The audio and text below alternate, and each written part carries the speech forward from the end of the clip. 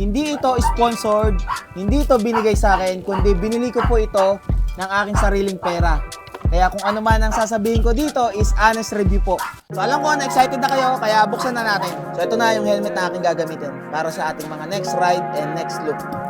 Ha? Alin? Basura? Regalo ko, bakit?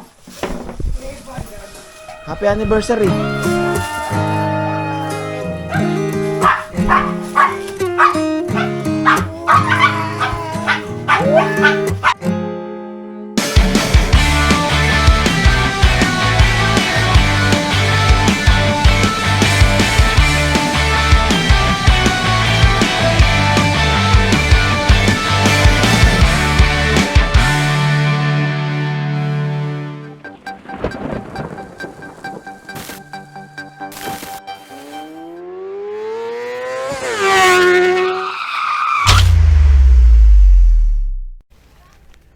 Ay nako, wala pa rin tigil ang ulan.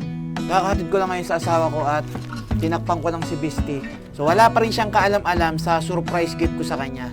Kasi dito ko tinago yung aking regalo. So, dito sa bodega namin, tinakpan ko lang siya. Dito ko nilagay para hindi niya makita dun sa loob ng kwarto. Oh. Pasok na natin to at nang makita nyo yung helmet na binili ko para sa aming dalawa. So bago ko i-unbox to at pakita ko sa inyo kung anong helmet yung gagamitin ko ngayon para sa ating Cordillera at yung regalo ko sa aking asawa. Nais ko munang sabihin sa inyo, disclaimer lang na hindi ito sponsored, hindi ito binigay sa akin, kundi binili ko po ito ng aking sariling pera. Kaya kung ano man ang sasabihin ko dito is honest review po.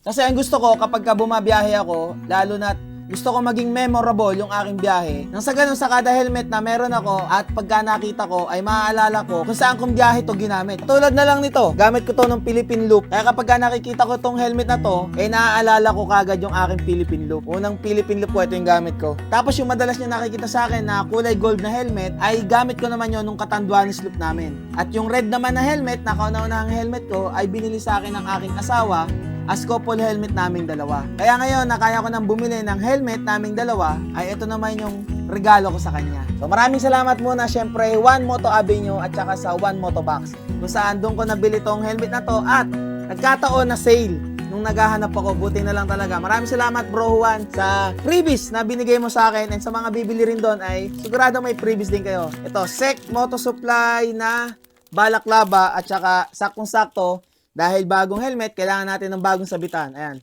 galing rin sa SEC. Maraming salamat, Bro Juan, sa mga previous na to.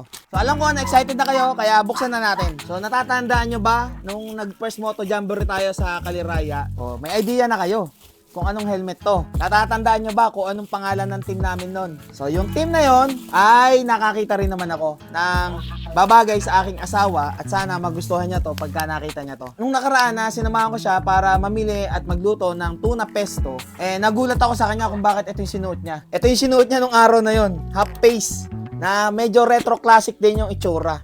Nagulat nga ako, sabi ko, bakit yan ang sinuot mo? So sabi niya sa akin, kasi daw umuulan. Tsaka okay naman siya dito. Saktong-sakto na ang pinili ko para sa kanya ay yung retro jet o retro helmet ng Axor. So ito yung laman niya, bag lang at saka silica gel. Ganda ng bag kulay gray. Ito na mismo yung helmet. Ang kasama sa helmet ay ito. So ito, catalog ng helmet, manual booklet, sticker, and sticker kung anong blood type ka. Didikit mo to sa helmet, nasa ganun, in case of accident, so hindi ka na iba-blood test para malaman yung blood type mo. So alam na kagad nila kung for emergency, kailangan masalinan ka kagad ng dugo, makukuha ng kakagad nila ng dugo. Reflectorized sticker. Ito yung retrojet na helmet na nirepresent ng aming team ng Moto Jamboree. Ito is matte black and may nakalagay sa kanya dito, ayan, DOT certified and ICC sticker. Ang bigat nito nakalagay is 1,200 gram. Dito sa kaliwa is emblem na logo ng helmet. Tapos dito naman sa kanan may nakasulat na fiberglass. And then ito yung kanyang visor, which is ang tawag dito is bubble visor. Paumbok siya kung makikita nyo, paumbok. Hindi siya katulad ng mga sa full face helmet natin or ibang half face na talagang flat lang siya. Ito paumbok. Ayan o. Tataas din naman siya. Hindi siya dual visor. Single visor lang. So, ang size nito ay large. Sana ay hindi ako nagkamali sa sukat ng aking asawa. So, ito ay intercom ready na rin. Kaya mamaya, bago ko ibigay sa kanya, ilalagay ko na yung kanyang intercom. Nang sa ganun, pagka gagamitin na namin, pares na kaming may communication. So, ito na yung helmet na aking gagamitin para sa ating mga next ride and next loop. Charan! Axor na full face helmet. So, bakit nga ba Axor ang pinili kong helmet na gagamitin natin ngayon? Unang-una, dahil binili ko to at galing sa sarili kong bulsa, ang unang-unang hinahanap ko sa isang helmet is pin lock ready. So, etong Axor helmet na to, hindi lang siya pin lock ready, kundi may kasama pa siyang pin lock, anti-fog. Yun ang kagandahan doon. Pagbukas natin ng box, ang una kagad sa akin bumungad ay spoiler. Tapos, wala na, kundi ang kasunod dito sa box ay silica gel. Ito na yung helmet. Naka-helmet bag siya. Ang ganda ng helmet bag. Pwede mo siyang gamitin sling bag ba? Or yung parang backpack. Basta lagayan. So, itong pinili kong helmet na to ay sakto syempre sa favorite nating kulay, which is black and red. Yan. So, ang tawag sa helmet na to is Axor Apex. Ang design naman niya, ang tawag dito ay Apex Hunter. Glossy, meron ding matte nito. Nakalagay dito sa kanyang mismong visor is Pinlock 30 yung kasama. Sa totoo lang, ang laki ng natipid ko nung binili ko to sa One Moto Box. Kasi bukod sa discounted, hindi na ako bibili ng pinlock para dito. Kung mapupunan nyo sa dating gamit kong helmet, talagang hindi ako mawawala ng pinlock. Kasi alam nyo naman ang Hampas Loopers, lagi sinusundan ng ulan. At sa tuwing umulan, ang kalaban natin syempre yung mga riders is yung magkakaroon ng fog yung ating visor, which is napakahase lalo na bumabiyahe tayo ng malalayo. So hindi ka makakita ng maayos, di mo makita na maigay yung mga daan. Kaya ang isang ginagawa ng mga rider, para makakita, tinataas natin yung visor. So, disadvantage, yung ulan, pumapasok sa helmet natin at tumatama sa ating muka, lalo na sa mata.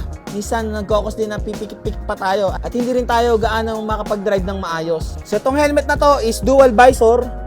So, yung mismong switch yan dito sa tabi, ayan, smoke. Yan naman ang kalimitan kapag dual visor, yung inner visor is smoke. So, wala siyang kasama na extra lens na smoke or kung ano man. So, para sa akin, which is good. Kasi, aanihin mo pa yung smoke lens kung meron ka naman dual visor. Kasi sa totoo lang, nawawala ng silbi ang ating inner visor na smoke kung naka-smoke lens din tayo. Kung parehas smoke, edi mas lalong madilim yung paningin mo. Kaya nga, ginawang smoke lens yung inner visor natin. Nang sa ganun, sa umaga, kahit na naka-clear lens ka, ibababa mo lang yung ating inner visor na smoke lens. Nang sa ganun, hindi ka gaanong nasisilaw. And pagdating ng gabi, itataas mo lang yung inner visor. And malinaw na ulit ang paningin mo dahil clear naman to. Kasi kung smoke lens pa rin, pagdating ng gabi, siguradong ang dilim-dilim ng paningin mo.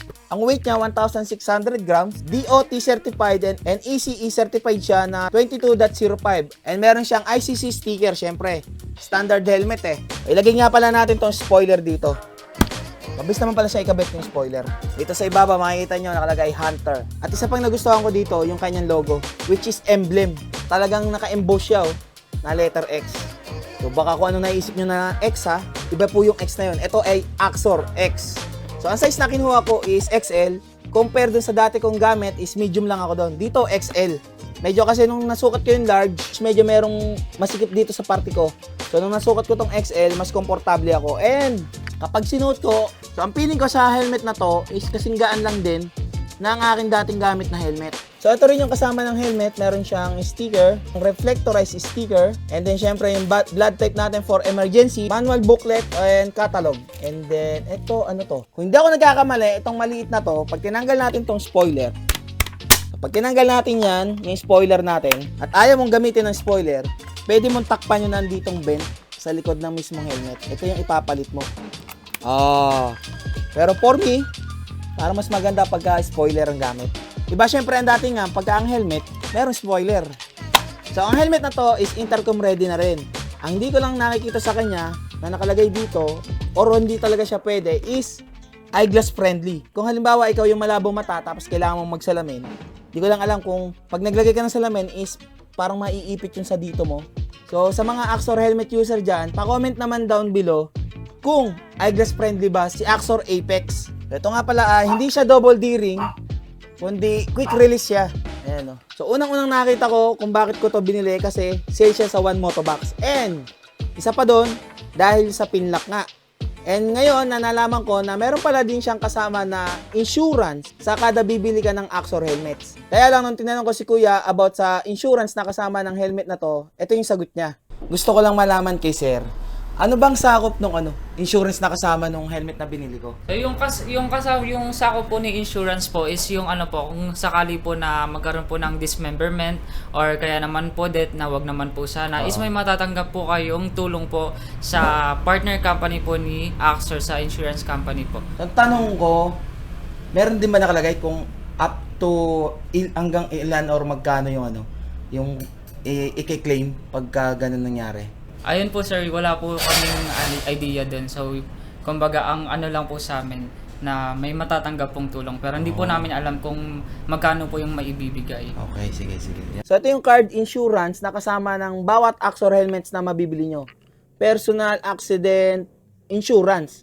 Ang may hawak nito is Liberty Insurance. So ito, pinipil-upan mismo nung bibilhan nyo na tindahan ng Axor kung anong pangalan. So tig-isa kami ng asawa ko na nilagay dito and this is valid for 1 year. And ang nakalagay dito na sakop ng insurance is death due to accident, permanent disablement or dismemberment, and death due to motorcycle accident. Which is para sa akin, ayokong gamitin. Di ba? Kumbaga, syempre lahat tayo ayaw natin mangyari na maaksidente tayo. Pero in case of emergency na maaksidente tayo, yung personal insurance na meron tayo, syempre gusto natin kahit anong aksidente, magasgasan ka, ma-hospital ka dahil meron kang sugat, or yung na-aksidente mo, sasagutin ng insurance. Yun naman yung gusto natin, which is, ang kalimitan pumapasok na insurance dyan, is yung comprehensive insurance. Pero dito, sa nakalagay na insurance na kasama ng helmet na to, is mas nanaisin ko pa na wag nang gamitin, wag nang magamit. Kasi, death due to accident, permanent disablement or dismemberment. Siyempre, sino bang may gusto na matanggalan ka ng bahagi ng katawan mo kahit daliri?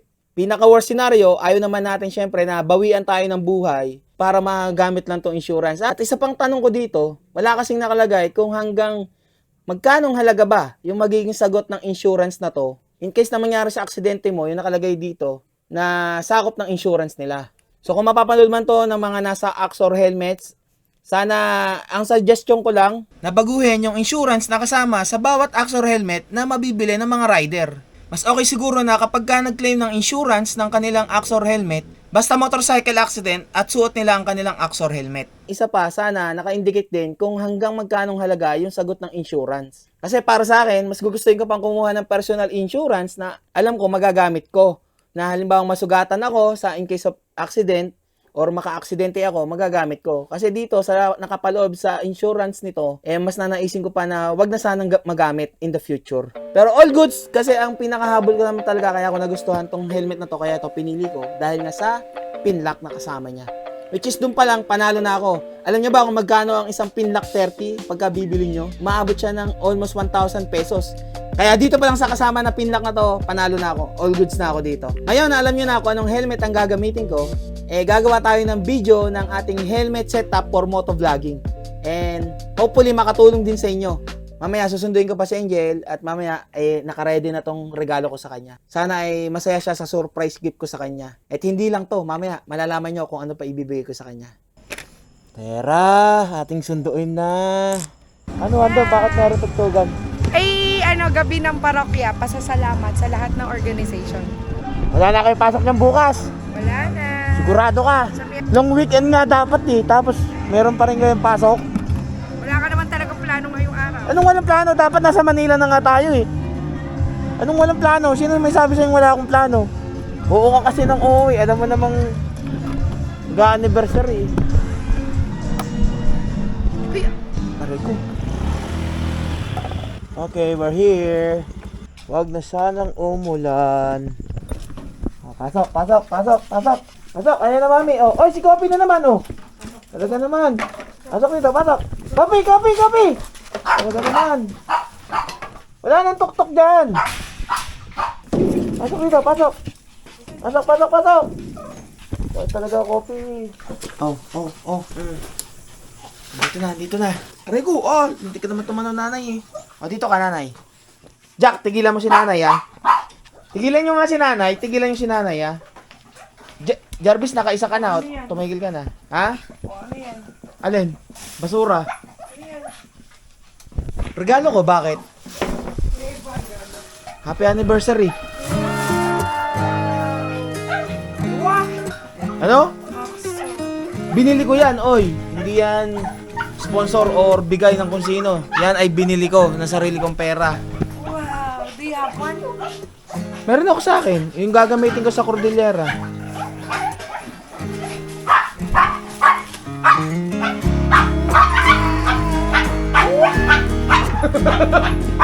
Wow! Bago to? Hindi, nilipat ko na yung ano, para gagamitin mo na. Pag ano natin. Ang ganda. Oh, suot mo nga kung okay sa'yo. Kasi hindi ko pa alam eh. Yan lang yung may pinakamalaking sukat dun eh. Stay. Wow! Ganda mo dyan ah, bagay ah.